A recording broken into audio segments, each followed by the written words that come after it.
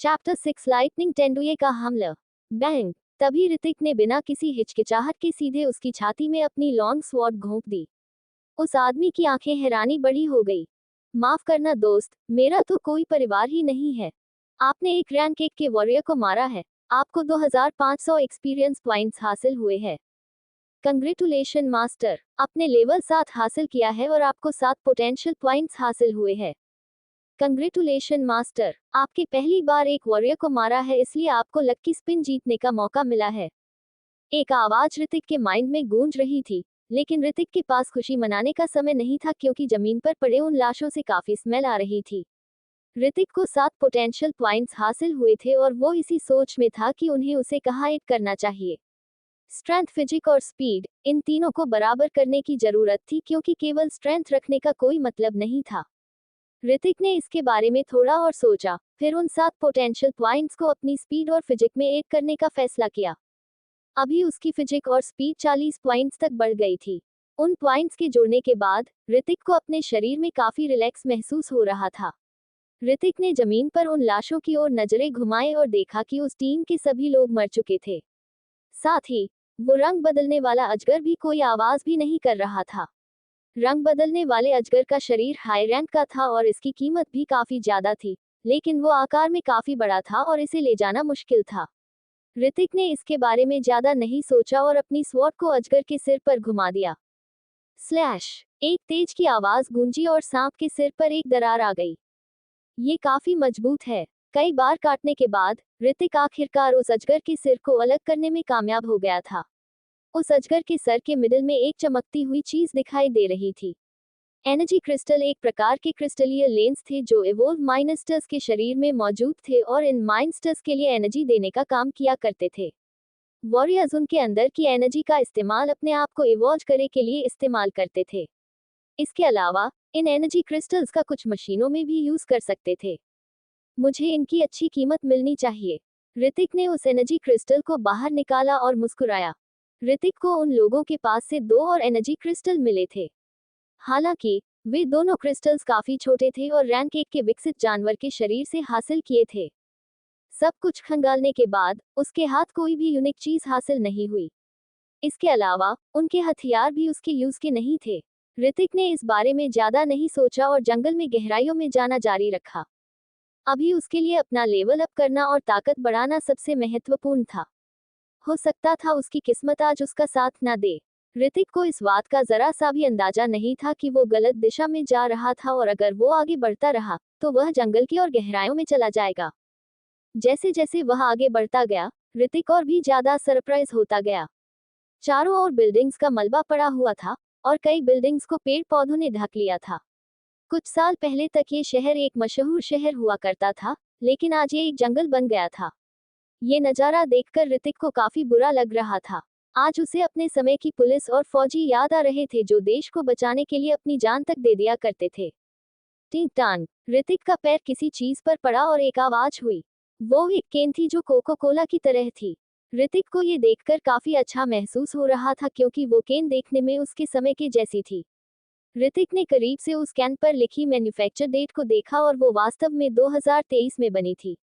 अपने समय की चीज को देखकर ऋतिक को समझ नहीं आया कि वो हंसे या रोए। अजीब बात है, उसने अभी तक अपने किसी साथ को क्यों नहीं देखा। और वो मोटा मोटा जेम्स कहाँ गया। ऋतिक के सामने एक बोर्ड बना हुआ था जिस पर लिखा था एरिया इन डेंजर, लेकिन तभी अचानक से जमीन पर हल्का सा कंपन हुआ और वो बोर्ड जमीन पर गिर गया। ऋतिक ने इस पर ज्यादा ध्यान नहीं दिया। उस झटके से विशाल पेड़ों पर मौजूद कुछ विशालकाय पक्षी भी तितर बितर हो गए। गर्जन! पूरे जंगल में एक तेज भयानक आवाज गूंज गई। ऋतिक ने तुरंत अपने कान ढंक लिए। उस जानवर की दहाड़ ने उसके पैरों को लगभग सुन्न कर दिया था। वो क्या है? ऋतिक ने जंगल की गहराई से देखा और एक विशाल आकृति को तेजी से भागते हुए देखा। कड़ कड़ कड़ कड़! बिजली के झटके तेजी से निकल रहे थे और उसके चारों ओर के पेड़ों के मोटे तने टूटने से पहले ही तुरंत जल गए।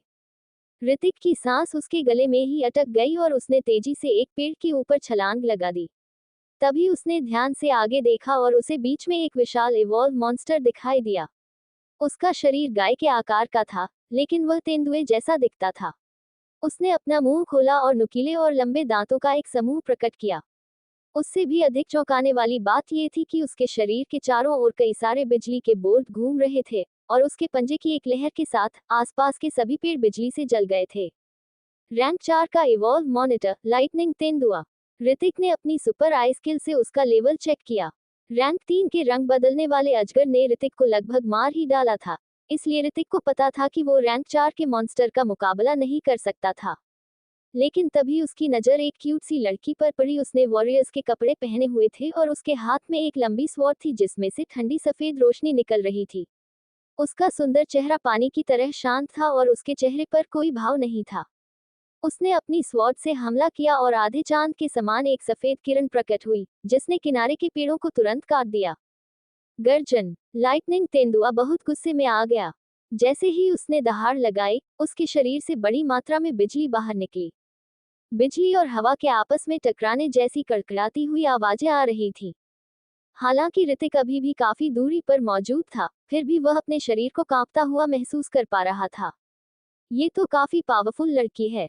ऋतिक ने लड़की को लाइटनिंग तेंदुए से लड़ते हुए देखा और वो काफी सरप्राइज हो गया। Note detected. ऋतिक थोड़ा हैरान हो गया। उसकी आई स्किल ने उसे कोई जानकारी नहीं थी। भले ही वह उस रंग बदलने वाले अजगर की एबिलिटी का पता नहीं लगा पाया, लेकिन फिर भी वह कम से कम उसकी रैंक का पता लगाने में सक्षम था। एक मिनट, क्या ऐसा हो सकता है कि सुपर आई स्किल अपने से अधिक पावरफुल चीज को एग्जामिन नहीं कर सकती हो? फिर ऋतिक में लाइटनिंग तेंदुए पर सुपर आई स्किल कास्ट की और उस पर भी उसका कोई असर नहीं हुआ। सामने लड़ाई जारी रही और उन दोनों के बैटल से वहां आसपास के पेड़ पौधे नष्ट हो गए थे। कई लो लेवल के इवॉल्व मॉन्स्टर इस समय भागने की कोशिश कर रहे थे, क्योंकि वे वहां की भयानक हवा को महसूस कर सकते थे। स्लैश। उस लड़की की लंबी स्वॉर्ड जो बर्फ की तरह सफेद थी, फिर से उस लाइटनिंग लिपोर्ट की तरह बढ़ी। लाइटनिंग तेंदुए के शरीर के चारों ओर घूमने वाली बैंगनी नीली बिजली एक नेचुरल आर्मोर की तरह थी और उसके लिए एक सुरक्षा कवच थी। गर्जन। वो एक बार फिर जोर से दहाड़ा और अपने पंजे से हमला कर दिया, लेकिन वो लड़की रहस्यमय तरीके से उसके हमले से बचने में कामयाब रही। स्विश। उसकी तलवार फिर से उस लैपर्ड की ओर बढ़ी। स्वॉर्ड के टकराने के कारण जमीन पर गहरी दरारें पड़ गईं और वह असाधारण रूप से भयानक लग रही थी। वो लड़की एक हाई रैंक की वॉरियर थी। ये देखकर ऋतिक खुद को सरप्राइज होने से रोक नहीं पाया। जब तक वो कड़ी मेहनत करता रहेगा, वो भी किसी दिन ऐसा करने में सक्षम होगा और पावरफुल बन जाएगा। लड़ाई जारी रही और ऋतिक उस नज़ारे को दिल थाम कर ऑब्जर्व कर रहा था। एक रियल वॉरियर और हाई रैंक के इवॉल्व मॉन्स्टर की फाइट उसके लिए काफी फायदेमंद साबित हो सकती थी। कुछ समय बाद लाइटनिंग तेंदुए के शरीर के चारों ओर की बिजली कमजोर पड़ गई। उस लड़की ने इस मौके का फायदा उठाता और अपनी लॉन्ग स्वॉर्ड से फिर वार किया। लाइटनिंग लेपर्ड उड़ता हुआ दूर चला गया और उसकी बिजली कहीं गायब हो गई। उस लड़की ने अपनी आईब्रोज सिकोड़ ली और अपने हाथ में लॉन्ग स्वॉर्ड को कसकर पकड़ लिया। फिर वो धीरे धीरे लाइटनिंग लेपर्ड की ओर जाने लगी। लाइटनिंग लेपर्ड को उस लड़की की स्वॉर्ड के घातक वार झेलने पड़े थे और उसके शरीर से ढेर सारा ताज़ा खून बह रहा था। ऐसा लग रहा था जैसे वो मरने वाला था या अपना होश खोने वाला था। वो लड़की उसके पास गई और अपनी लॉन्ग स्वॉर्ड से उसके सर पर वार किया। लेकिन तभी जमीन पर लेटा हुआ लाइटनिंग लेपर्ड बिना हिले डुले अचानक से खड़ा हो गया। तुरंत ही उसकी बॉडी के चारों ओर बिजली के बोल्ट्स घूमने लगे और उसने एक बिजली के गोले से उस लड़की पर हमला किया। ये कितना चालाक है, इसने वास्तव में मारे हुए होने का नाटक किया था। इस समय ऋतिक को बहुत बड़ा झटका लगा। उस मॉन्स्टर्स का IQ किसी इंसान के जितना ही था। जिजिजी। यहाँ तक कि ऋतिक भी उन बिजली के बोल्ट्स को काफी आसानी से सुन पा रहा था। उस लड़की को उम्मीद नहीं थी कि लाइटनिंग तेंदुए का जवाबी हमला इतना भयानक होगा। उसने अपनी लॉन्ग स्वॉर्ड का इस्तेमाल किया और अपना हमला रोक लिया, फिर अपने शरीर की एनर्जी से तुरंत एक सुरक्षा कवच बना लिया। लेकिन वो बिजली का गोला बहुत पावरफुल था, उसके इम्पैक्ट से आसपास की हवा में हलचल मच गई थी। बैंग। एक जोरदार धमाका हुआ और वो हमला सीधे उसको जाकर लगा। वो लड़की पेड़ों से टकराते हुए एक खाई से नीचे की ओर गिर गई। लाइटनिंग तेंदुआ अपनी मूल स्थिति में खड़ा हो गया और उसके शरीर के चारों ओर की बिजली गायब होने लगी। उसका बड़ा शरीर अचानक से एक धमाके के साथ जमीन पर गिर गया। मरने से पहले का आखिरी पलटवार। ऋतिक की आंखें हैरानी बड़ी हो गई और वो डर के मारे कांपने लगा। उसे पक्का नहीं पता था कि लाइटनिंग तेंदुआ पूरी तरह से मर गया था या नहीं। अगर ऐसा नहीं होता तो उस लड़की का मरना बेकार हो जाता और ऋतिक को ये थोड़ा बुरा लग रहा था। इस बारे में सोचने पर ऋतिक ने अपने होंठों को लिक किया और अपनी स्वॉर्ड हाथ में लेकर धीरे धीरे पेड़ से नीचे उतर गया। उसने अपनी सांस रोक ली और सावधानी से आगे बढ़ा। उसने एक पल के लिए दूर से उस लेपर्ड को देखा और तभी अपना रास्ता जारी रखा जब उसे यकीन हो गया कि लेपर्ड तेंदुआ मार चुका था। लगता है आज मेरी किस्मत मुझ पर कुछ ज्यादा ही मेहरबान है। जब से फ्यूचर में आया हूँ तब से मेरी किस्मत चमके ही जा रही है। ऋतिक मन ही मन बुदबुदाया। ये उसके लिए फ्री का तोहफा हासिल करने का एक अच्छा मौका था और वो काफी खुश हुए जा रहा था। जब उसने अपनी लॉन्ग स्वॉर्ड उठाए तो उसका शरीर अकड़ गया, मानो उसे महसूस हुआ हो कि कोई चीज उसे घूर रही है। चैप्टर 7 रूही राजपूत से मुलाकात। ऋतिक ने तुरंत अपना सिर घुमाया और पास की झाड़ियों में उसे एक जोड़ी आंखें दिखाई दी। आंखें टेढ़ी मेढ़ी और कुछ कुछ डरावनी थीं। ऋतिक की अपनी आई स्किल कास्ट की, लेकिन उसने काम नहीं किया। वो चीज जो कोई भी थी वो काफी पावरफुल थी। अगर ऐसा था तो वे आंखें उन इवॉल्व मॉन्स्टर्स की होंगी जो रैंक 3 के या उससे भी ऊपर के थे। ये प्रोफेसर ने तो कहा था यहाँ केवल लो रैंक के ही मॉन्स्टर्स मौजूद है, फिर ये इतने खतरनाक क्यों होते जा रहे हैं? ऋतिक ने प्रोफेसर राजीव को कोसते हुए कहा। लेकिन ऋतिक ने इस बारे में ज्यादा नहीं सोचा। वो झाड़ियों में छिपी चीज तेजी से उसकी ओर बढ़ रही थी और अगर वो वहां से कहीं भगा तो वो मुसीबत में पड़ सकता था। गर्जन। तभी एक तेज की गर्जना हुई। ऋतिक भागते हुए उसी खाई की ओर बढ़ रहा था जहां वो लड़की फेंकी गई थी। खाई के पास जाकर ऋतिक ने पीछे पलट कर देखा।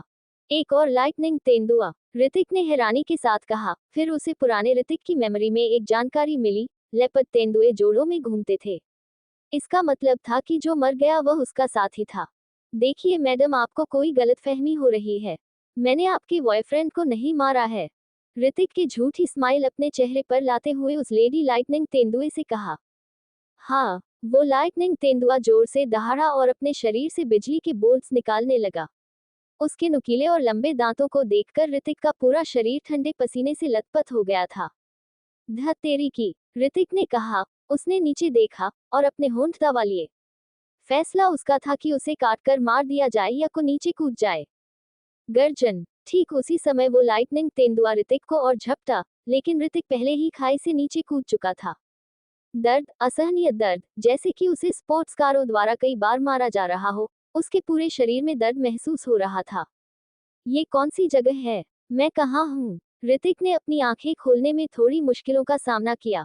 उसे अपने शरीर पर हल्की ठंड महसूस हुई और चारों ओर देखने के बाद उसे एहसास हुआ कि वह किसी झील में था। पास में ही एक छोटा सा झरना था जहां से पानी गिर रहा था और वहां एक एक छोटी सी नदी बन गई थी। चारों ओर तरह तरह की अजीब और विचित्र वनस्पतियां थीं और आसमान थोड़ा गहरा था, मानो सूरज डूब गया हो। उसे याद आया कि जब उसने छलांग लगाई थी तो सुबह हो रही थी। किसने सोचा था कि वह इतनी देर तक बेहोश रहा होगा? ये तो उसकी अच्छी किस्मत थी कि उसने अपनी फिजिक में पॉइंट्स ऐड कर लिए थे।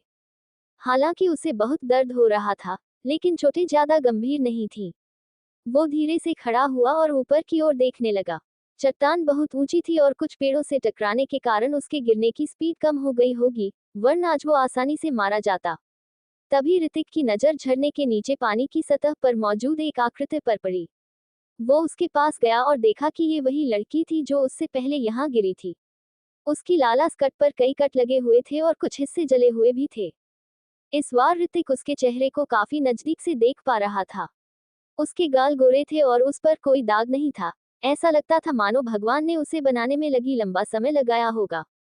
कोई लड़की इतनी खूबसूरत कैसे हो सकती है? ऐसी सुंदरता तो पुराने समय में भी नहीं थी।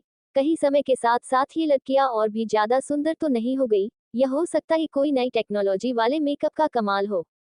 ऋतिक ने लड़की के सहारे को निहारा और उसकी तारीफ की। वो एक 18 साल की जवान लड़की थी। उसके होठों के कोनों से खून रिस रहा था और ऋतिक को अंदाजा था कि लाइटनिंग तेंदुए के अंतिम हमले से उसे कई चोटें लगी थीं। अगर उसने उसे यहीं छोड़ दिया तो कोई भी मॉन्स्टर वहां से गुजर सकता है और उसे खा सकता है। ठीक उसी तरह जैसे वॉरियर मॉन्स्टर्स का शिकार करते थे और मॉन्स्टर्स अपनी ताकत बढ़ाने के लिए वॉरियर्स को खाना चाहते थे। ऋतिक बिना किसी हिचकिचाहट के उस लड़की को झरने से बाहर ले आया। छूने पर उसका शरीर काफी ठंडा था और जब उसकी स्किन ऋतिक की स्किन को टच करती तो ऋतिक को उसकी स्किन काफी सॉफ्ट महसूस होती थी। लेकिन ये इतनी भारी क्यों है? ऋतिक ने उसे एक बड़े से पेड़ के सहारे लेता दिया। ऋतिक को नहीं पता था कि वो कब होश में आएगी। उसका दाहिना हाथ हड्डियों को ठंडा करने वाली लॉन्ग स्वॉर्ड को पकड़े हुए था। ऋतिक न तो डॉक्टर था और न ही उसके पास कोई दवा थी, इसलिए वह कुछ नहीं कर सकता रहा। ऋतिक को काफी भूख लग रही थी। उसने सुबह से कुछ नहीं खाया था। वहां उसने कोई भी ऐसा पेड़ नहीं देखा था जिस पर फल लगे हुए हो। तभी ऋतिक को पानी में तैरती हुई मछलियां दिखाई दी और वो काफी खुश हो गया। मछलियां भी एक इवॉल्व मॉन्स्टर थीं और सामान्य मछलियों से दोगुनी आकार की थीं। लेकिन वे उतने क्रूर नहीं थे और उन्हें सिंपल इवॉल्व मॉन्स्टर के रूप में बताया गया था। ऋतिक ने बिना किसी देरी के एक लंबी और ठोस लकड़ी उठाए और उसके किनारे को तोड़कर उसे भाले की तरह आकार दे दिया। अपने समय में ऋतिक इंजीनियरिंग की पढ़ाई कर रहा था और इंजीनियर्स होते ही काम चलाऊ है।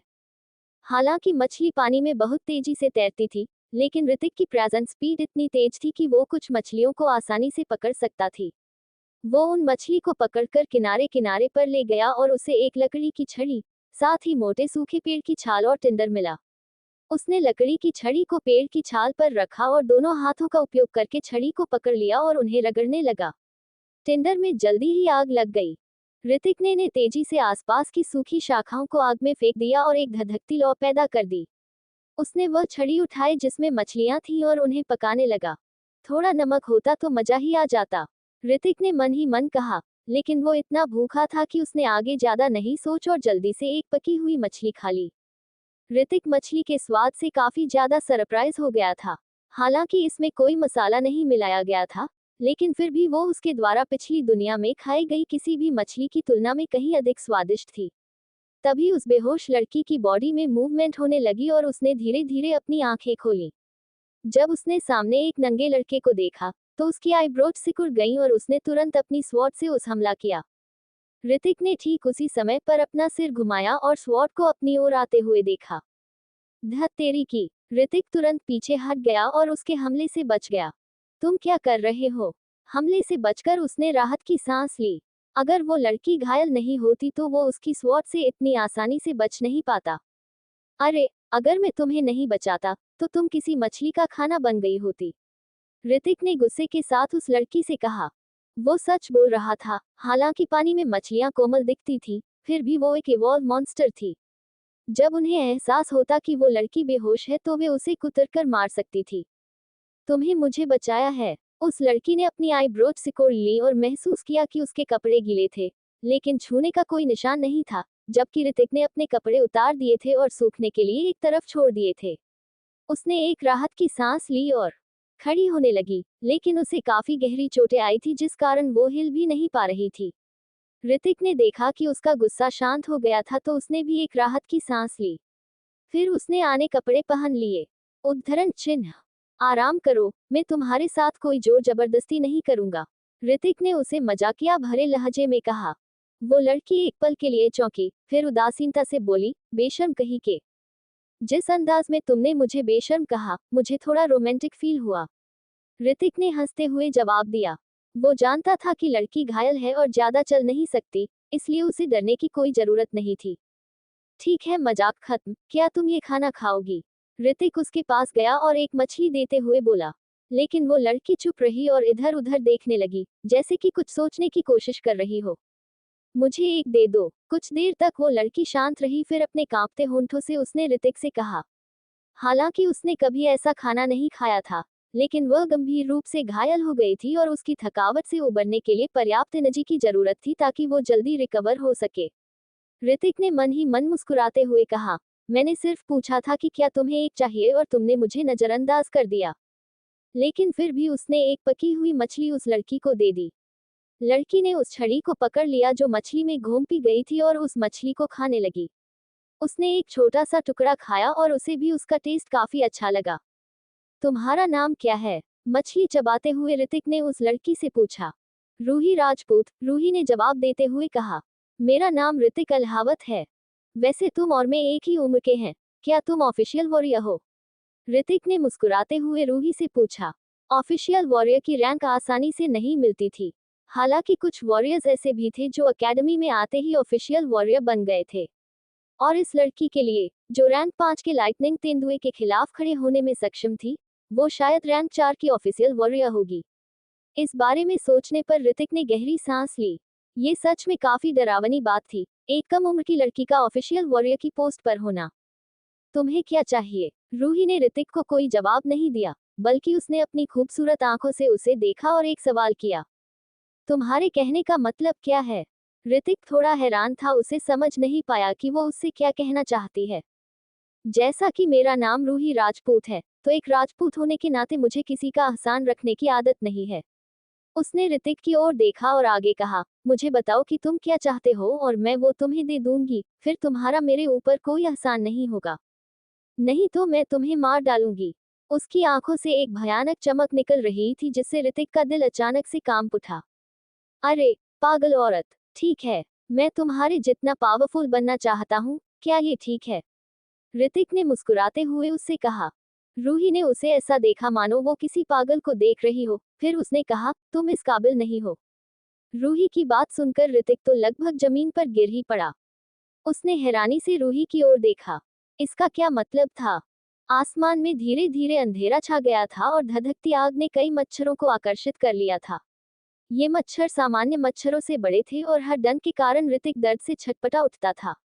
आह ये मच्छर! रूही अपना हाथ हिला पा रही थी और उसने घास को आग में फेंक दिया। आग की लपटों से एक अजीब सी गंध निकली और सारे मच्छर गायब हो गए। रूही ने आराम करने के लिए अपनी आंखें बंद कर ली, लेकिन ऋतिक अभी भी जाग रहा था। तभी उसे याद आया कि जब उसने एक वॉरियर को मारा था तो लक्की ड्रॉ खोलने का मौका मिला था। उसने तुरंत सिस्टम इंटरफेस में प्रवेश किया और वहां वास्तव में एक चमकीला आइकन था। चैप्टर 8 रेड ड्रैगन स्नेक का हमला। लॉटरी इंटरफेस पहले जैसा ही था, लेकिन एक छोटा सा बदलाव था। स्पिन व्हील को अब 10 स्लॉट्स में डिवाइड किया गया था। उनमें से 3 को गुप्त तकनीकों के में बांटा गया था, 3 को यूनियन कॉइन्स में, 3 को एनर्जी पिल्स में बांटा गया था। बाकी 2 पोटेंशियल पिल्स 2 में बदल गई थी और एक हथियार बन गई, जबकि लास्ट स्लॉट में एक बेहद छोटा ग्रैंड प्राइज मौजूद था। ऋतिक को समझ आया कि हर बार इनाम बदलते रहते थे। हो सकता था आज कुछ और हो और अगली बार कुछ और। ऋतिक को यूनियन कॉइन्स या किसी तकनीक की जरूरत नहीं थी, बल्कि एक हथियार की जरूरत थी। बेहतर होगा कि यह एक हथियार हो। ऋतिक ने अपनी सांसें रोक ली और व्हील स्पिन स्टार्ट कर दिया। हथियार, शस्त्र, हथियार, शस्त्र। जैसे ही लॉटरी का पहिया घूमा, ऋतिक मन ही मन प्रार्थना करने लगा। जल्द ही सुई धीमी होने लगी। ओह नहीं, यूनियन कॉइन्स नहीं। ऋतिक ने देखा कि नीडल यूनियन कॉइन्स के पास धीमी हो रही थी और वो डिप्रेशन में चला गया। क्या मेरी किस्मत अब भी बेकार ही है? ऋतिक ने अपनी किस्मत को कोसते हुए कहा। उसे हमेशा यूनियन कॉइन्स ही मिलते थे। हालांकि जैसे ऋतिक को गुस्सा आया, वो सुई थोड़ी सी हिली और ग्रैंड प्राइज पर जाकर रुक गई। वाह! ऋतिक को एक झटका लगा। कंग्रेचुलेशन मास्टर, आपको ग्रैंड प्राइज मिला गई, फीनिक्स तकनीक। सिस्टम से एक आवाज सुनाई दी, लेकिन ऋतिक के लिए ये किसी सोने से कम नहीं था। फीनिक्स तकनीक, ये क्या है? ऋतिक थोड़ा हैरान था, तभी उसके हाथों में एक कार्ड आ गया। Skill card. इस समय ऋतिक की आईब्रोज सिकुड़ गईं। केवल रैंक 6 और उससे ऊपर के वॉरियर ही स्किल कार्ड बना सकते थे। इन कार्डों में पावरफुल तकनीक होती थी जो एक वॉरियर को उसकी असल पावर से ज्यादा पोटेंशियल देती थी। स्किल कार्ड के कई सारे लेवल थे, ब्रोंज, सिल्वर, गोल्ड और डायमंड। जिसके कार्ड का लेवल जितना ज्यादा होगा उसकी पावर्स भी उतनी ही अधिक होगी। ये एक ब्रोंज स्किल कार्ड क्यों है? ऋतिक ने उस कार्ड को किया जो थोड़ा ठंडा था। कार्ड बहुत पतला था, लेकिन विशेष धातु का बना हुआ था।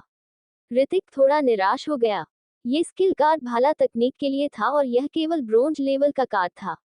तभी ऋतिक को एहसास हुआ कि स्किल कार्ड के पीछे एक नंबर लिखा हुआ था। यह एक कौशल कार्ड है जो विकसित हो सकता है। ऋतिक की आंखें हैरानी में बड़ी हो गई थी। इस तरह का कार्ड डायमंड कार्ड से भी अधिक कीमती था। जैसे जैसे वॉरियर इसकी प्रैक्टिस करता रहेगा, इसका लेवल भी बढ़ता जाएगा। फिलहाल ये ब्रोंज लेवल का स्किल कार्ड था और अगर ऋतिक उसकी आगे प्रैक्टिस करता रहेगा, तो उसका लेवल बढ़कर सिल्वर, फिर गोल्ड और फिर डायमंड पर चला गया। ये तो वाकई में एक ग्रांड प्राइज कहने के लायक है, ऋतिक ने कहा और उस कार्ड को तुरंत जेब में रख लिया। कोई भी वॉरियर ऑफिशियल वॉरियर बनने से पहले अपना हथियार चुन सकता था और अपने हथियार की स्किल को इम्प्रूव कर सकता था। पहले ऋतिक सोच रहा था कि उसे कौन सा हथियार चुनना है, लेकिन इस कार्ड को प्राप्त करने के बाद ऋतिक ने फैसला किया कि वो भाले का यूज करेगा। जैसा कि कहा जाता है, डंडा चलाना सीखने में 1 महीना लगता है, खंजर चलाना सीखने में 1 साल लगता है और भाला चलाना सीखने में पूरा जीवन लग जाता है। एक भाला 100 सैनिकों का राजा होता था, इसे सीखना सबसे कठिन था। अगर ऋतिक के पास स्किल कार्ड नहीं होता, तो वो कभी भाले को अपना हथियार नहीं चुनता। तुम पागलों की तरह क्यों हंस रहे हो? तभी ऋतिक को किसी की मीठी आवाज सुनाई दी। रूही ने अपनी आंखें खोली थी और ऋतिक को घूर रही थी, मानो कि वो कोई बेवकूफ हो। वो कुछ नहीं, ऋतिक ने उसे खांसते हुए जवाब दिया। क्या तुमने वो आवाज सुनी? रूही ने दूर कहीं देखते हुए धीरे से पूछा। आवाज? ऋतिक अचंभित रह गया और उसके कान तुरंत खड़े हो गए। उनके चारों ओर केवल सन्नाटा पसरा हुआ था, लेकिन जब ऋतिक ने ध्यान से सुना, तो उसे कुछ हल्की सी आवाजें सुनाई दी। ऐसा लग रहा था मानो कोई घास पर चल रहा हो। कोई आ रहा है। रूही ने अपना सर हिलाया और कहा, यह एक एडवेंचर टीम होनी चाहिए। कुछ इवॉल्व मॉन्स्टर केवल रात में ही दिखाई देते थे, इसलिए जो वॉरियर इन मॉन्स्टर्स का शिकार करने में माहिर थे वे भी रात में ही बाहर आते थे। ऋतिक ने पहले भी ऐसी ही एक टीम का सामना किया था, और वे बिल्कुल डाकुओं की तरह थे। ये ख्याल आते ही ऋतिक के हाव भाव तुरंत बदल गए। अब क्या करें? मारो। रूही ने अपनी आईब्रोज सिकोड़ ली और फुसफुसाई। वो बुरी तरह घायल हो गई थी और अभी तक ठीक नहीं हुई थी। अगर वे दोनों अभी नहीं निकले, तो हो सकता था वो टीम उन्हें नुकसान पहुंचाए, और अगर ऐसा हुआ तो वे दोनों बड़ी मुसीबत में पड़ जाएंगे। ऋतिक अपना ने सिर हिलाया। जैसे ही वह उठकर जाने वाला था, उसे एहसास हुआ कि रूही अभी भी पेड़ के सहारे लेटी हुई थी और उसे घूर रही थी। तुम अभी तक ठीक नहीं हुई हो? रूही ने कोई जवाब नहीं दिया और उसकी निगाहें अभी भी उसे ही घूर रही थी। हालांकि एक दिन एक साथ बिताने के बाद रूही को लगभग पता चल गया कि ऋतिक किस टाइप का था। ऋतिक ने तुरंत उसे गोद में उठा लिया और वहां से जाने लगा। रूही का बदन काफी सॉफ्ट था और ऋतिक को थोड़ी शर्म आ रही थी। क्या मैंने तुमसे मुझे ले जाने के लिए कहा था? रूही इस समय बहुत खुश नहीं दिख रही थी। ये पहली बार था जब वो किसी लड़के के इतनी करीब थी और उसे थोड़ा अजीब लग रहा था, जैसे कि वह शर्मा रही हो। ठीक है, तुमने नहीं कहा। मैंने ये अपनी मर्जी से किया। ठीक है। ऋतिक ने उसकी बातों की परवाह नहीं की और तेजी से आगे बढ़ने लगा। वो आवाजें लगातार उनके करीब आती जा रही थी। ऐसा लग रहा था जैसे वो लोग जल्द ही उन तक पहुंच जाएंगे। अभी यहाँ कोई था। उनके जाने के कुछ देर बाद ही एक टीम को वहां जल्दी हुई आग दिखाई थी। ये देखकर कि आग अभी भी जल रही थी, वे आसानी से अनुमान लगा सकते थे कि उन लोगों ने अभी अभी उनके कदमों की आवाज सुनी होगी और वे भाग गए होंगे। ऐसा लगता है जैसे यहाँ आसपास और भी वॉरियर्स हैं। अगर बाद में हमारा उनसे सामना होता है, तो उन्हें तुरंत मार डालना, उस टीम के लीडर ने बेरहमी के साथ कहा। इस जंगल में खजाने के लिए लोगों की हत्या करना कोई बड़ी बात नहीं थी। ओह, तुम बहुत भारी हो। कुछ दूरी तय करने के बाद ऋतिक के बोलने से खुद को रोक नहीं पाया। रूही ने उसकी बात सुनकर अपने दांत पीस लिए। अगर उसे अपनी पहचान की परवाह नहीं होती तो वह उसे काट लेती। वो एक समझदार लड़की थी, लेकिन थी तो एक लड़की ही।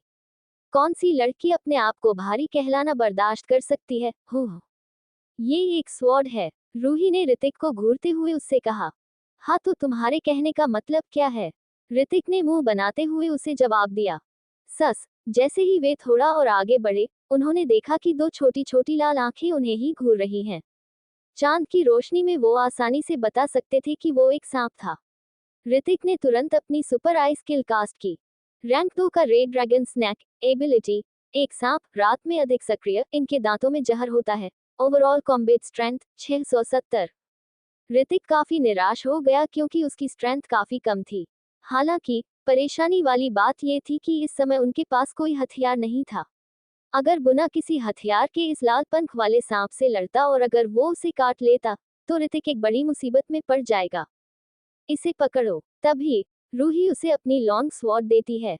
ऋतिक ने भी ज्यादा नहीं सोचा और तुरंत उसे ले लिया। लेकिन तभी एक जोर का धमाका हुआ। जैसे ही ऋतिक ने उस स्वॉर्ड को पकड़ा, उसे एहसास हुआ कि वो बहुत भारी थी और उसने उसे जमीन पर गिरा दिया। वो स्वॉर्ड जमीन पर गिरते ही गहराई में घुस गई। मैंने तुम्हें पहले ही बताया था कि ये एक स्वॉर्ड है, बेवकूफ। रूही ने चिढ़ते हुए ऋतिक से कहा। ऋतिक को आखिरकार समझ में आ गया कि उसके कहने का क्या मतलब था। रूही इसलिए ही इतनी भारी लग रही थी क्योंकि उसके पास उसकी स्वॉर्ड थी और इसलिए ही रूही ने उसे बताया था। ऋतिक समझ गया था कि वो स्वॉर्ड अन्य ग्रहों से हासिल हुए यूनिक मेटल्स की बनी हुई थी। यही कारण था कि वो इतनी पावरफुल थी। बकवास बंद करो, मुझे छोड़ो और इससे निपटो, रूही ने कहा। ऋतिक ने तुरंत रूही को एक विशाल पेड़ के बगल में लिटा दिया। फिर उस लॉन्ग स्वॉर्ड को जमीन से बाहर निकाला और दोनों हाथों से कसकर पकड़ लिया। ये सचमुच बहुत भारी थी। जिस तरह से रूही ने वो तलवार लहराई थी, उससे पता चलता है कि उसकी वे दो छोटे छोटे हाथ कितने मजबूत थे। तुम्हारी बाएं ओर, रूही ने आवाज लगाते हुए ऋतिक से कहा। रेड ड्रैगन स्नेक पहले ही तेज गति से ऋतिक की ओर बढ़ रहा था। उसकी लाल आंखें सीधे ऋतिक को घूर रही थी, जैसे उसने कुछ स्वादिष्ट चीज देखी हो। स्विश! ऋतिक ने जोर से अपनी लॉन्ग स्वॉर्ड लहराई, लेकिन वह लाल पंख वाला सांप बहुत तेज था और ऋतिक को चकमा देने में कामयाब रहा। उसके निचले हिस्से पर वार करो। रूही ने अपनी आईब्रोज सिकोड़ ली और चिल्लाते हुए ऋतिक से कहा। इस रैंक के एक इवॉल्व मॉन्स्टर के लिए, अगर वो घायल न होती तो आसानी से निपट सकती थी। रूही की बात सुनकर ऋतिक थोड़ा सरप्राइज हो गया, लेकिन फिर उसने तुरंत रिएक्ट किया। उसने दोनों हाथों से तलवार पकड़ी और वैसा ही किया जैसा रूही ने बताया था। उसने तुरंत उस रेड ड्रैगन के निचले हिस्से पर वार किया और उसे जमीन में दफना दिया। सस सस! रेड ड्रैगन स्नेक ने कुछ आवाजें निकाली और ऋतिक को काटने की कोशिश करने लगा। चूंकि उसका शरीर स्वॉर्ड के कारण जमीन में गड़ा हुआ था, इसलिए वो बिल्कुल भी हिल नहीं पा रहा था। तुम तो अभी एक नन्हे मुन्ने बच्चे हो। तुम्हारे पेरेंट्स ने तुम्हें संस्कार नहीं दिए कि बड़ों से कैसे पेश आते हैं। तुम सच में पागल हो। ऋतिक ने राहत की सांस ली और उस स्नेक का मजाक बनाते हुए कहा। आओ, मुझे काटो, आ! लेकिन तभी उस रेड ड्रैगन स्नेक का सर उसके धड़ से अलग हो गया और वो सीधे ऋतिक की बाह को काटते हुए उड़ गया। जब रूही ने ये नजारा देखा तो वो मुस्कुराए बिना नहीं रह सकी, लेकिन फिर वो तुरंत अपने सामान्य रूप में लौट आई। तुम नालायक कीड़े! ऋतिक ने उस स्नेक का सर पकड़ लिया, फिर उसे जमीन पर पटक दिया और जोर से रौंदा। डिंग! रेड ड्रैगन स्नेक मारा गया। आपको 2500 एक्सपीरियंस पॉइंट्स हासिल हुए हैं। जब ऋतिक को ये आवाज सुनाई दी तो उसने एक राहत की सांस ली। तुमने मुझे पहले क्यों नहीं बताया? ऋतिक ने रूही की ओर देखा और गुस्से से कहा। रूही जानती थी कि वो स्नेक कटने के बाद भी जिंदा रह सकता था। तुमने पूछा ही नहीं, रूही ने ऋतिक के मजे लेते हुए उससे कहा। रूही की बात सुनकर ऋतिक का मुंह खुला का खुला रह गया। फिर उसने सांप के सिर से एनर्जी क्रिस्टल बाहर निकाल लिया। रैंक 2 का एनर्जी क्रिस्टल, इसकी कीमत काफी अधिक थी। तभी ऋतिक अचानक से जमीन पर गिर गया। जहां उसे काटा गया था वहां अचानक उसे तेज दर्द महसूस हो रहा था। जलन से उनका पूरा शरीर झुलसने लगा था। अरे नहीं! सुपर आइस किल ने बताया था कि इस सांप के दांत जहरीले थे। ऋतिक को कुछ याद आया और उसकी सूरत रोने जैसी हो गई। वहां ठंडा पानी है। बोलते समय रूही की आंखें दूसरी ओर घूम गईं। ठंडा पानी जहर का असर कम कर देता है। जब ऋतिक ने उसकी बात सुनी तो वो तुरंत खड़ा हो गया और तेजी से नदी किनारे चला गया, फिर सीधे उसमें कूद गया। चैप्टर 9 रूही से मुलाकात। नदी का पानी काफी साफ था और चांद की रोशनी में नीचे गहराई तक देखा जा सकता था। जैसे ही नदी के ठंडे पानी ने उसके पूरे शरीर को भिगो दिया, ऋतिक को तुरंत महसूस हुआ कि उसकी जलन कम हो रही है। ओह! उसे एक राहत महसूस हुई। इस प्रकार के जहर से इंसान का शरीर जलने लग जाता है, लेकिन ठंडे पानी की मदद से उस पर ज्यादा असर नहीं होता। ओह, तो तुम यहाँ हो? टीम के लीडर ने हंसते हुए कहा। थोड़ी देर बाद, वो टीम वहां पहुंच गई थी जहां रूही लेटी हुई थी। चले जाओ वरना मारे जाओगे। रूही ने अपनी आईब्रोज ऊपर कर ली और बिना किसी भाव के चिल्लाई। ब्रूना, जो टीम का लीडर था, उसने पेड़ के सहारे लेटी हुई रूही को देखा, फिर पास में पड़ी उसकी स्वॉर्ड को और वो समझ गया कि रूही इस समय घायल थी।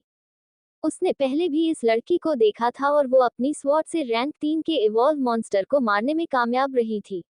वो उसकी खतरनाक पावर्स से काफी ज्यादा हैरान था और इससे भी हैरानी वाली बात ये थी वो उम्र में काफी छोटी थी। बॉस, ऐसा लग रहा है कि वह गंभीर रूप से घायल हो गई है और हिल नहीं सकती। उनमें से एक आदमी ने ब्रूना के कान में फुसफुसाया। ब्रूना ने अपना ने सिर हिलाया, उसने भी ऐसा ही सोचा था। तभी अचानक से रूही ने अपना एक हाथ आगे बढ़ाया और उसकी स्वॉर्ड उड़ते हुए उसके हाथों में आ गई। फिर उसने उन लोगों को घूर कर देखा और रूखे अंदाज में कहा, दफा हो जाओ। मुझे डराने की कोशिश मत करो, अब तुम मेरा कुछ नहीं बिगाड़ सकती, बोलो क्या तुम कर सकती हो। ब्रूना थोड़ा डर गया था, लेकिन फिर भी उसने मुस्कुराते हुए कहा। इसी ख्याल के साथ ब्रूना ने रूही की ओर चलना जारी रखा। अपने सामने एक सुंदर सी लड़की देखकर ब्रूना के दिल में उसके लिए गंदे आइडियाज आने लग गया थे। रूही ने गुस्से में अपने होंठ दबा लिए। अपनी स्वॉर्ड उठाने में उसे बहुत मेहनत करनी पड़ी थी और उसके पास लड़ने के सिवा कोई और रास्ता नहीं था। ठंडे पानी में भीगने के बाद ऋतिक की बॉडी काफी हद तक ठीक हो चुकी थी, कम से कम उसकी जलन तो दूर हो ही गई थी। हालांकि जब उसने उन लोगों को आते हुए देखा तो उसका चेहरा पीला पड़ गया। ये लोग बहुत पावरफुल है। वहां लगभग 5-6 लोग थे और वे सभी के सभी वॉरियर्स थे। हे, चिंता मत करो, मैं तुम्हारे साथ अच्छा बर्ताव करूंगा। ब्रूना आगे बढ़े और देखा कि रूही केवल उस पर अपनी तलवार तान रही थी, लेकिन वह न तो हिल सकती थी और न ही हमला कर सकती थी। क्या तुम अपनी मौत को दावत दे रहे हो? तभी ब्रूना के कानों में किसी की आवाज सुनाई दी। जब रूही ने वो जानी पहचानी आवाज सुनी तो वो काफी ज्यादा सरप्राइज हो गई। इस लड़के ने सच में बाहर आने की हिम्मत की। क्या वो ये नहीं जानता कि अपनी ताकत से वो इन लोगों से बिल्कुल भी निपट नहीं पाएगा? उद्धरण चिन्ह। वो कौन है? उस आवाज को सुनकर ब्रूना थोड़ा डर गया और पीछे मुड़ा। उसने पीछे मुड़कर देखा कि पानी में भीगा हुआ एक लड़का उनकी की ओर ही आ रहा है। जैसे ही उन्होंने ऋतिक को देखा तो बाकी लोग भी सावधान हो गए। ब्रूना, रैंक 2 का वॉरियर, खंजर चलाने में माहिर, ओवरऑल स्ट्रेंथ 1540। ऋतिक धीरे से बोला और उसकी नजर इन लोगों पर पड़ी। ब्रूना और बाकी लोग ऋतिक की बातें सुनकर शॉक हो गए। ऋतिक ने कोई भी पावर डिटेक्टर मशीन नहीं पहनी हुई थी, लेकिन फिर भी वो उनके लेवल को बता सकता था और यहाँ तक कि उसकी रैंक भी जानता था। ये सुनकर सभी लोग अंदर ही अंदर कांपने लगे। मैं तुम लोगों को जाने के लिए 5 सेकंड का समय दूंगा। अगर नहीं, तो तुम यहीं मारे जाओगे। ऋतिक ने किसी एक्सपर्ट की तरह उन लोगों से कहा। वो उन्हें ऐसे देख रहा था मानो किसी चींटी को देख रहा हो। ब्रूना का चेहरा तुरंत ही बदल गया। उसने ऋतिक का लेवल देखने की कोशिश की लेकिन वो उसमें नाकाम रहा। उसकी बातों से तो ऐसा लग रहा था मानो वो कोई एक्सपर्ट हो जिसने आसानी से उसका नाम और रैंक पता लगा ली। वो जानता था कि कुछ हाई रैंक के वॉरियर्स अपनी जानकारी छिपा सकते थे और एक सामान्य वॉरियर की तरह दिखाई दे सकते थे। ये ख्याल आते ही वो और भी ज्यादा घबरा गया। श्रेष्ठ, हम अभी यहाँ से जाते हैं। ब्रूना ने अपने साथियों की ओर देखा और जल्दी से पीछे हट गया।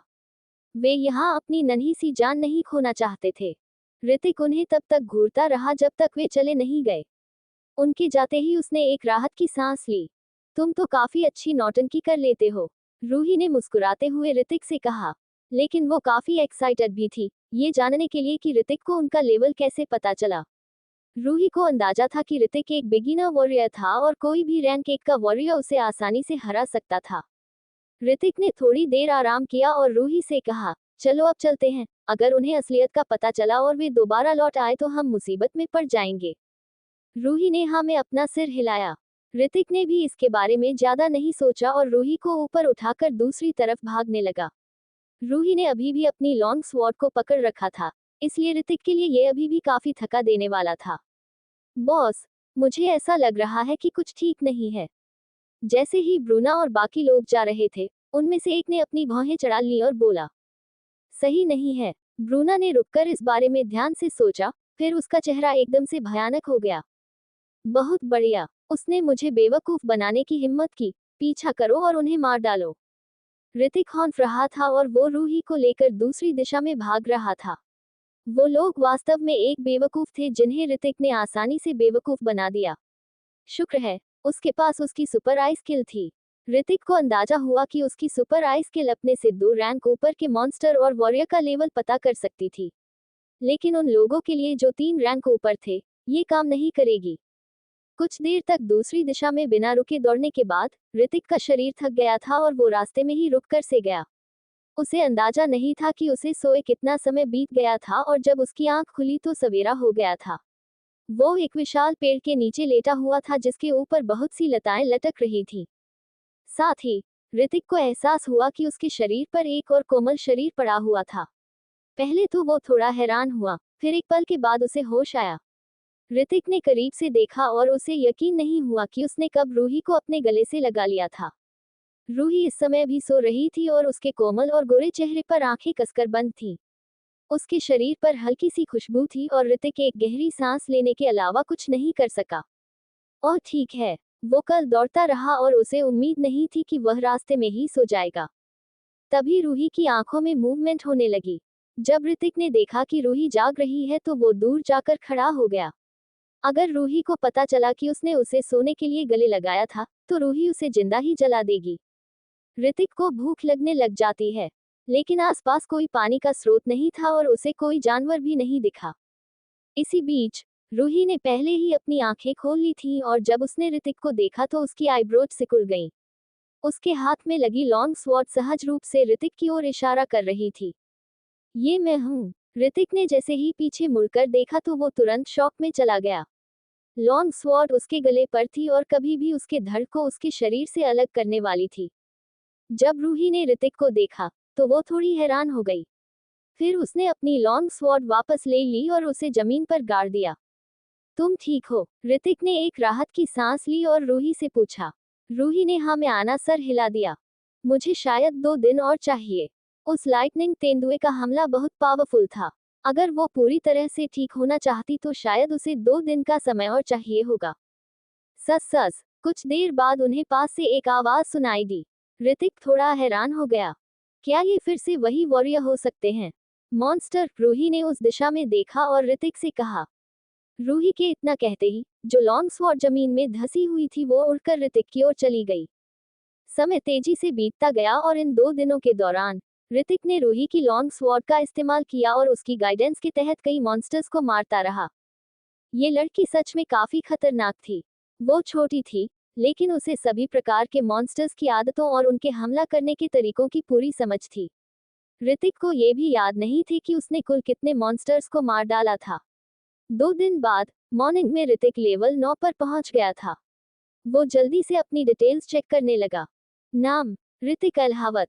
लेवल 9। Experience points 11,280। अगले लेवल में जाने के लिए potential points 1008। Strength 67। Physique 40। Speed 40। Skill super eye skill. Anger points 0 out of 100। Overall combat strength 588। क्या तुम्हें ये एनर्जी क्रिस्टल चाहिए? ऋतिक के हाथ में एक बोरी थी जिसमें कई सारे एनर्जी क्रिस्टल्स थे। रूही ने ना में अपना सिर हिलाया। इस समय वह लगभग पूरी तरह से ठीक हो चुकी थी और थोड़ी उदास लग रही थी। हे तुम कहाँ जा रही हो? ये देखकर कि रूही अपनी लॉन्ग स्वॉर्ड के साथ दूसरी दिशा में जा रही थी, ऋतिक ने उससे पूछा। कुछ दिन एक साथ बिताने के बाद ऋतिक को पता चला था कि रूही केवल ऊपर से कठोर दिखती थी, उतनी थी नहीं। लाइटनिंग तेंदुआ। रूही ने पलटकर उससे कहा। तुम अभी भी उस जानवर को मारने जा रहे हो? ऋतिक को उस लाइटनिंग तेंदुए के बारे में सोचकर ही सिर दर्द हो रहा था। मैं कभी फेल नहीं हो सकती, रूही ने उदास होते हुए जवाब दिया। पॉवर्स के वापस आ जाने के बाद वो काफी पावरफुल दिखाई देने लगी थी। इसके अलावा अगली बार जब मैं तुम्हें देखूंगी तो तुम्हें मार डालूंगी, रूही ने दूसरी दिशा में चलते हुए कहा। तुम्हारे कहने का मतलब क्या ही? ऋतिक थोड़ा हैरान हो गया और उसने उसी हैरानी में रूही से पूछा। ये लड़की उसी हाथ को काट रही थी जिसने उसे खाना खिलाया था। रूही ने कोई जवाब नहीं दिया। वो जानती थी कि उस रात जो हुआ उसके कारण ऋतिक ने उसके दिल पर एक छाया छोड़ दी थी, लेकिन उसे जल्दी से ट्रेनिंग करना थी और अपना ध्यान केंद्रित रखना था। हम अगली बार कब मिल रहे हैं? ऋतिक ने रूही की ओर चिल्लाते हुए कहा, लेकिन रूही का कोई जवाब नहीं आया। हालांकि 1 मिनट की शांति के बाद दूर से एक धीमी आवाज आ रही थी। सेक्रेड रीजन, ये जगह कहाँ है? ऋतिक ने कहा, लेकिन तब तक रूही वहां से जा चुकी थी। ऋतिक ने अपना सिर हिलाया और उस छोटे बोरे को अपने कंधे पर लटका लिया, फिर दूसरी दिशा में चला गया। इन कुछ दिनों की लड़ाई के बाद उसमें थोड़ा बदलाव आया था। वो और अधिक मजबूत हो गया था और उसकी एसेशन में सुधार हुआ था। उसके लिए अब नॉर्मल एवोल्व मॉन्स्टर्स से निपटना भी आसान हो गया था, लेकिन उसे अभी भी सावधान रहना था। यहाँ आसपास ज्यादा हाई रैंक के मॉन्स्टर तो नहीं थे, लेकिन फिर भी कुछ तो थे ही। अपने हाथ में जंग लगी हुई स्वॉर्ड लेकर ऋतिक वापस से जंगलों में घुस गया। अपनी प्रेजेंट की पावर्स के साथ वो चट्टानों से लताओं पर चढ़ सकता था। ऋतिक सावधानी से उस दिशा में चलता रहा और जल्द ही वह एक नदी वाले एरिया में पहुंच गया। ऋतिक और भी अधिक सावधान हो गया था। इन 2 दिनों में मॉन्स्टर्स को मारते समय वो उस रात से उन लोगों से भी सावधान रहा था। आखिरकार उस एडवेंचर टीम में 5-6 लोग थे और वे सभी रैंक 1 के वॉरियर थे और उनका लीडर भी रैंक 2 का वॉरियर था। चैप्टर 10 टीम का एप्लाटवर। दोपहर तक उसे एहसास हुआ कि वह उस एरिया पर पहुंचने वाला था जहां उसने मछली पकाई थी और वहां कुछ आवाजें आ रही थी। ऋतिक ने तुरंत अपनी आईब्रोज सिकोड़ ली। क्या ये एक इवॉल्व मॉन्स्टर है या इंसान? ऋतिक ने इस बारे में ध्यान से सोचा और फिर सावधानी से आगे बढ़ता रहा। तभी अचानक से एक तेज रोशनी चमकी। ऋतिक की आईब्रोज सिकुड़ गई और वह तेजी से नीचे झुक गया। स्विश! ऋतिक के एक दो बाल उसके सर से कट गए थे। तुमने अपनी मौत को यहाँ भेजा है, जैक्सन ने हंसते हुए कहा। वो उस टीम के वॉरियर्स में से एक था। ये सोचकर ही ऋतिक जैसे कमजोर वॉरियर ने उन्हें बेवकूफ बनाया था, उन्हें काफी गुस्सा आया था। ऋतिक ने आसपास अपनी नजरें घुमाई और उसे एहसास हुआ कि जैक्सन अकेला था। ऋतिक को थोड़ी राहत मिली। जब तक उसके सामने कोई रैंक 2 का वॉरियर नहीं था, ऋतिक के पास एक मौका हो सकता था उसे जान से मारने का। जैक्सन की स्वॉर्ड एक सांप की तरह थी जो ऋतिक पर घूम रही थी। ऋतिक ने उसके वार को ब्लॉक करने के लिए अपनी जंग लगी हुई स्वॉर्ड का इस्तेमाल किया। डंग! मेटल्स के टकराने की तेज आवाज हुई और ऋतिक की स्वॉर्ड पर लगा जंग काफी हद तक गिर गया। लंबी स्वॉर्ड सांप की तरह ऋतिक की ओर लहराती रही। Bronze skill, spitting white snake. Jackson हंसा जब उसने अपनी स्वॉर्ड को सांप की तरह ऋतिक की स्वॉर्ड के चारों ओर लपेटते हुए देखा और ऋतिक के हाथ पर वार करता रहा। अगर ऋतिक ने अपना हथियार नहीं फेंका, तो उसका हाथ काट दिया जाएगा। ऋतिक ने भी खतरे को भांप लिया और अपनी आईब्रोज सिकोड़ ली, फिर अपना पैर उठाया और जैक्सन के पेट पर एक लात मार दी। कमजोर! जैक्सन ने उसका मजाक बनाया और अपने बाएं हाथ से तुरंत उसके बार को रोक लिया। एक रैंक 1 के वॉरियर के रूप में उसकी फिजिकल एबिलिटी काफी अच्छी थी, इसलिए ऋतिक की किक से उसे चोट लग पाना मुश्किल थे। हालांकि थोड़ा अजीब हुआ, जिस हाथ से जैक्सन ने उसकी किक को रोका था उसमें चिड़चिड़ाने की आवाजें सुनाई दी। तेज दर्द से जैक्सन का चेहरा लाल हो गया और उसकी स्वॉर्ड, जो ऋतिक के ब्लेड के चारों ओर लिपटी हुई थी, तुरंत वापस ले ली गई। ऐसा कैसे हो सकता है?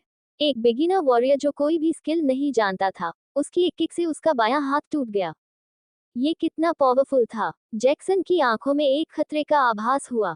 उसने अपने दुश्मन को कम आंक लिया था और उसका हाथ फ्रैक्चर हो गया। इस बार वो दोबारा वही गलती नहीं करेगा। आखिरकार ऋतिक एक बिगिनर वॉरियर था और भले ही जैक्सन का बायां हाथ टूट गया हो, ऋतिक उसे मारने में कामयाब नहीं हो पाएगा। जैक्सन ने अपने दाहिने हाथ से स्वॉर्ड पकड़ी हुई थी और जैसे ही ऋतिक हमला करने के लिए आगे बढ़ा, जैक्सन ने उसके ऊपर अपनी स्वॉर्ड फेंक दी। वो बहुत तेजी से आगे बढ़ा और ऋतिक के सीने पर चाकू मारने में कामयाब हो गया। आह! ऋतिक हल्के दर्द में करहाया और उसके आर्मोर में एक कट आ गया था। केवल एक ही बार से अपने दुश्मन को घायल करने के बाद जैक्सन को एक बार फिर कॉन्फिडेंस आ गया। ऋतिक एक कमजोर लड़का था और वो उसका मुकाबला बिल्कुल नहीं कर सकता था। हालांकि ऋतिक की रिएक्शन स्पीड काफी तेज थी और हर बार जब जैक्सन की स्वॉर्ड उसके कमजोर हिस्से पर वार करती, तो ऋतिक उसे चकमा दे देता था। लेकिन एक बात थी जो जैक्सन ने नोटिस की थी, ऋतिक जानबूझकर अपने ऊपर हमला करने दे रहा था। वो तभी डॉज करता था जब हमला उसके कमजोर हिस्से पर होता था। भाड़ में जाओ! इतनी बार अपना निशाना चूकने के बाद जैक्सन का चेहरा गुस्से से लाल हो गया। लेकिन अचानक से ऋतिक, जो हमलों से बच रहा था, उसने सीधे जैक्सन पर अपनी लॉन्ग स्वॉर्ड से हमला किया। तुम्हें लगता है कि तुम मुझे उस जंग लगे ब्लेड से काटकर मार डालोगे, है ना? बैटल ब्लेड बहुत तेजी से आगे बढ़ा और हवा में कटते ही एक तेज आवाज निकली। डंग! जैक्सन अपनी स्वॉर्ड का इस्तेमाल करना चाहता था और ऋतिक की स्वॉर्ड को चारों ओर लपेटना चाहत था, लेकिन उसे उम्मीद नहीं थी कि एक पावरफुल फोर्स उसे उसकी स्वॉर्ड को छोड़ने के लिए मजबूर कर देगा। एक तेज का धमाका हुआ और लॉन्ग स्वॉर्ड सीधे उसके कंधे पर लगी और उसका हाथ कट गया।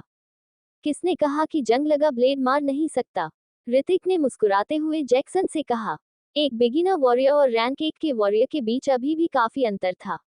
सबसे बड़ा अंतर ये था कि रैंक 1 का वॉरियर अपनी स्किल विकसित कर सकता था। ऋतिक ने ये आइडिया पहले ही सोच लिया था। वो लगातार उसके हमलों को चकमा देता रहा और अपने एंगर पॉइंट्स को बढ़ाता रहा। अपनी पावर अप स्ट्राइक के सामने जैक्सन के पास रिएक्ट करने का बिल्कुल भी समय नहीं था। वो तुम्हें मार डालेंगे, जैक्सन कांपती हुई आवाज में बोला। अगले ही सेकंड में उसका शरीर 2 हिस्सों में बंट गया। रैंक 1 का वॉरियर मारा गया। आपको 3100 एक्सपीरियंस पॉइंट्स हासिल हुए हैं। आपने लेवल 10 हासिल किया है। आपको 10 पोटेंशियल पॉइंट्स हासिल हुए हैं। कंग्रेचुलेशंस मास्टर, आपने लेवल 10 हासिल किया है। आपको फ्यूरी स्किल कार्ड हासिल किया है। सिस्टम की आवाज सुनकर ऋतिक का खुशी का ठिकाना नहीं था। लेवल 10! आखिरकार वह 10 पर पहुंच गया था। सबसे महत्वपूर्ण बात यह थी कि उसे एक स्किल कार्ड हासिल हुई थी। ऋतिक ने उस फ्यूरी स्किल नाम की तकनीक को एग्जामिन किया और उसे पता चला कि वो स्किल उसे 10 मिनट के लिए उसकी पावर को बढ़ा सकती थी, हालांकि उसके बाद वो उसे काफी कमजोर कर देती। ऋतिक को अंदाजा नहीं था कि वो स्किल उसकी पावर्स को कितना बढ़ा देगी, लेकिन फिर उसने इसके बारे में ज्यादा नहीं सोचा और 10 पोटेंशियल पॉइंट्स को अपनी स्पीड में जोड़ दिया। उसकी स्पीड 40 पॉइंट से बढ़कर 50 पॉइंट्स हो गई थी। लेकिन इससे पहले कि ऋतिक अपनी खुशी मना पाता उसे कुछ महसूस हुआ। स्लैश! एक आवाज हुई और आसपास के पेड़ जमीन पर गिर गई। ऋतिक की आईब्रोज सिकुड़ गई और वो तुरंत साइड हो गया। फिलहाल उसे इसी बात की खुशी थी कि उसने अपनी स्पीड में 10 पोटेंशियल पॉइंट्स ऐड कर दिए थे, वरना वो उस हमले से तुरंत रिएक्ट नहीं कर पाता। जैक्सन! एक आदमी दौड़कर गया और उसने तुरंत जैक्सन की लाश को देखा जो 2 टुकड़ों में कटी हुई थी। वो दृश्य काफी भयानक था। ये तो वही लड़का है। उस आदमी ने ऊपर देखा और थोड़ी दूरी पर उसे ऋतिक दिखाई दिया। ब्रूना पास के पेड़ से नीचे कूदा। उसकी वो silver skill, blade of the wind, Hrithik को कोई नुकसान नहीं पहुंचा पाए और उसकी आईब्रोज सिकुड़ गई। ये लड़का इतना तेज कैसे हो सकता है? साथ ही उसे दूर से देखने पर पता चला कि ऋतिक की पावर्स काफी अलग लग रही थी। जैक्सन की लाश को देखकर ब्रूना की आंखों में एक बेरहमी झलक रही थी। वो इस लड़के को जिंदा नहीं रहने देगा। आओ मिलकर हमला करें और उसे मार डालें। ब्रूना की भौहें तन गई और वो ऋतिक को मारने के लिए दौड़ा। उसकी भागने की स्पीड काफी तेज थी। रैंक 1 और रैंक 2 के वॉरियर के बीच की ताकत में बहुत अंतर था। ऋतिक ने अपने हाथ में स्वॉर्ड पकड़ी हुई थी और अपने बचाव के लिए वो उसका इस्तेमाल करना चाहता था, लेकिन ब्रूना ने पहले ही उस पर अपने खंजर से हमला कर दिया था और ऋतिक की स्वॉर्ड को 2 टुकड़ों में काट दिया था। Violent shadow saver! ब्रूना ने बिल्कुल भी संकोच नहीं किया और चिल्लाया और अपनी सिल्वर स्किल का इस्तेमाल किया। उसका हाथ कई हाथों में बदल गया था और ये पता लगा पाना मुश्किल था कि कौन सा हाथ असली था। ऋतिक को थोड़ी घबराहट होने लगी थी। ब्रूना की रैंक और उसकी रैंक में बहुत बड़ा अंतर था। बिना किसी हिचकिचाहट के ऋतिक ने हाल ही में हासिल की हुई फ्यूरी तकनीक को एक्टिवेट कर दिया। भाड़ में जाओ! ब्रूना चिल्लाया। उसी समय ऋतिक को अपने शरीर में एक असीमित एनर्जी बहती हुई महसूस हुई। उसकी आर्म्स काफी पावरफुल हो गई और उसकी रिएक्शन स्पीड तेज हो गई। वो तुरंत पीछे हो गया और उसके हमले से बच गया। अनेकों सेवा उस पर हमला कर रही थी, लेकिन जब तक वे उसे छूती नहीं थी, वो ठीक था। इस समय ऋतिक एक पेड़ के ऊपर छिप गया था। कहाँ गया? ब्रूना की आंखें हैरानी में चौड़ी हो गईं। ऋतिक की स्पीड काफी तेज थी और ब्रूना को पता भी नहीं चला कि वो कहाँ गया। लेकिन कैसे? ऋतिक की गति में अचानक इतनी बढ़त कैसे हुई जो उसके जैसे रैंक 2 के वॉरियर की स्पीड के बराबर थी? बाकी के 4 लोगों ने आसपास देखा, लेकिन पेड़ हरे भरे थे और पेड़ों के ऊपर पत्तियां घनी थीं। अगर कोई उनके अंदर छिप जाए, तो वे उसे बिल्कुल नहीं देख पाएंगे। आसपास कोई हलचल नहीं हो रही थी और उन्हें अंदाजा नहीं था कि ऋतिक कहाँ गया। उसे ढूंढो, ध्यान से! ब्रूना का चेहरा गुस्से से लाल हो गया था, ये सोचकर कि एक कमजोर लड़के ने दोबारा से उसे बेवकूफ बना दिया था। ऋतिक अभी भी पेड़ के ऊपर छिपा हुआ था और अपनी सांसों पर कंट्रोल किए हुए था। ऋतिक काफी ज्यादा सरप्राइज था। उसकी ताकत पहले से दोगुनी हो गई थी, लेकिन 4 रैंक 1 के वॉरियर्स और 1 रैंक 2 के वॉरियर को मारना अभी भी थोड़ा मुश्किल था। उन्हें मारने का केवल एक ही तरीका था। ऋतिक ने देखा कि उन 4 वॉरियर्स में से एक के पास भला था और उसके पास एक भाले की स्किल थी। अगर वो उसके भाले को छीन लेता है तो हो सकता था वो उन्हें मार पाए। सब लोग अलग अलग हो जाओ! ब्रूना की आंखों में एक बेरहमी थी। वो जानता था कि ऋतिक यहाँ आसपास के पेड़ों के ऊपर ही छिपा होगा और एक बार भी कोई हलचल होने पर ब्रूना को तुरंत इसका एहसास हो जाएगा। ब्रूना की बात सुनकर सभी लोग अलग अलग जगह पर ऋतिक को तलाश करने लगे। बढ़िया! लंबा भाला पकड़े हुए आदमी ऋतिक की दिशा में आ रहा था। जब वो ठीक ऋतिक के नीचे पहुंचा, तो ऋतिक के अपनी पूरी पावर्स का इस्तेमाल करके उसके ऊपर छलांग लगाई। वहां शोर सुनकर ब्रूना तुरंत उस दिशा की ओर मुड़ गया। टन! उस वॉरियर के पास रिएक्ट करने का समय नहीं बचा था और ऋतिक पहले भी उसके ऊपर कूद चुका था। ऋतिक ने अपने पैर उस आदमी की गर्दन के चारों ओर लपेट दिए, फिर उसे जबरदस्ती जमीन पर धकेल दिया। खच्छ! ऋतिक ने ताकत लगाकर उस आदमी की गर्दन को 90 डिग्री में घुमा दिया। उस आदमी की आंखें डर से चौड़ी हो गईं और ऐसा लग रहा था जैसे वह गुस्से में मर गया हो। बिना किसी हिचकिचाहट के ऋतिक ने तुरंत उस आदमी से लंबा भाला ले लिया। वो एक चांदी का भाला था और ऋतिक को अंदाजा नहीं था कि वो किस मेटल से बना हुआ था। भाले की नोक बेहद तेज थी और यहाँ तक कि ठंडी चमक भी छोड़ रही थी। हालांकि उसने पहले कभी भाले का इस्तेमाल नहीं किया था, लेकिन भाले की तकनीक तुरंत उसके दिमाग में आ गई। कमीने, भाड़ में जाओ। एक वॉरियर को गुस्सा गया जब उसने देखा कि ऋतिक ने उसके साइडर को मार दिया था। उसने अपने बैटल ब्लेड को कसकर पकड़ लिया और ऋतिक पर हमला कर दिया। इस दुनिया में मेन रूप से इस्तेमाल किए जाने वाले हथियार या तो सेव थे यानी ब्लेड, या फिर स्वॉर्ड थी, लेकिन भाले का इस्तेमाल ज्यादातर लोग नहीं करते थे। पेंग, जब उस आदमी ने ऋतिक पर हमला किया, तो ऋतिक ने उसे ने ब्लॉक करने के लिए भाले को आगे कर दिया। अचानक से इतना फोर्स लगने से उस आदमी का ब्लेड उसके हाथ से छूट गई।